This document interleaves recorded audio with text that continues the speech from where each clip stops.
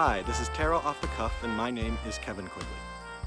Janis Garan comes to the tarot from a career in information technology. She believes in personal empowerment and clear vision.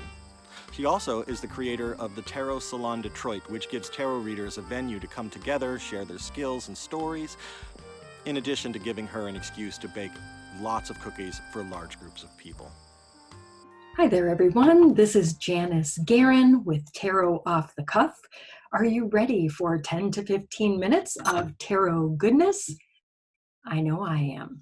Today, I am using a very interesting deck called the Mountain Dream Tarot. Here it is.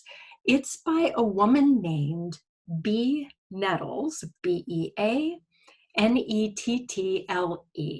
In 1970, B, who's a fine artist, photographer, and author, had a dream in which she decided, or which she heard, she was supposed to make a tarot deck based on Rider-Waite traditional symbolism.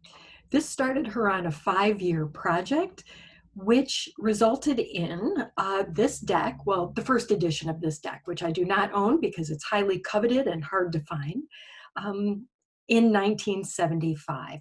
The cards are available on a site called noons.com, Noons.co. Sorry, it's noons.co, not .com. Anyway, one of the reasons we're using this deck today, and I'm going to go ahead and start shuffling it up, is because I like unique decks. I didn't always like unique decks. In fact, I had trouble reading with the Rider-Waite deck when I first got it. It was the first deck that I got. There were not a ton of decks out back at that time. And I had trouble reading it. In fact, if I saw, for example, the Queen of Pentacles, and I was supposed to read that for a person, I was very logical. I used to work IT. I would look at that card and think, there's a woman sitting in a chair. What am I supposed to tell my client? I see you sitting in a chair. Does that make sense to you? Okay, so I can tell what this is right away. It is the Two of Pentacles, the Two of Discs, the Two of Earth, whatever you want to call it. And here we have an image that's very typical in this deck. This deck is actually, let me find my note that I wrote on it. It is a hand-colored.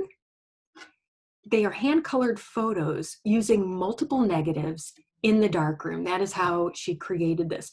So when she got the idea to create a deck, she listened to her intuition, good for her, listened to her dreams. She rounded up friends and family and created this amazing deck. What do you guys need to know at this time? I'm going to say there are multiple ways to read a tarot card, and you have to find your own balance in doing so. So one thing I will say, since I love different decks, is find the deck that works for you as your primary workhorse deck.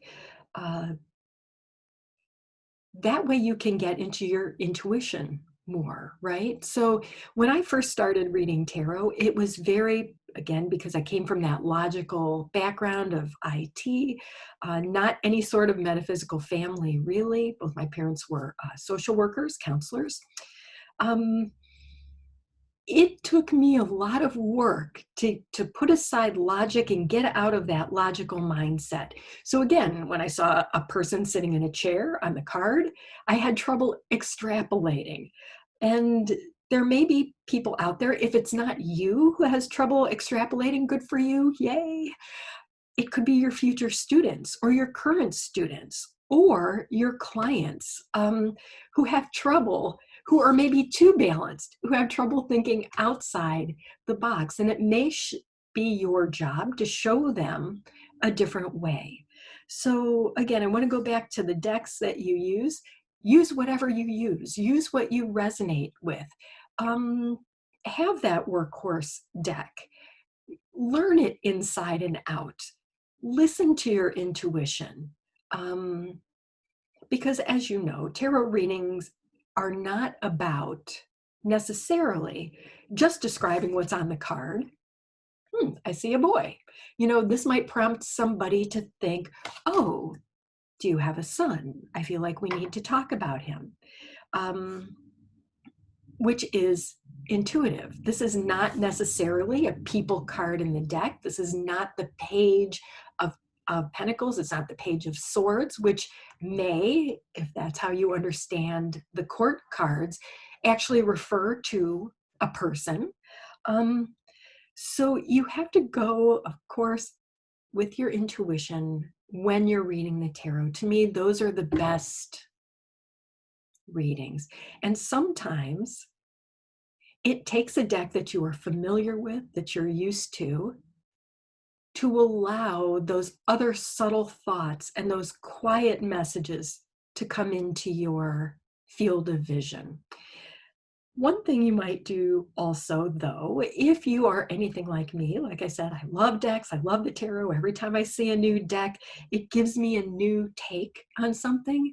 Wow, they have the fool looking down over a valley when usually he's just stepping off a cliff.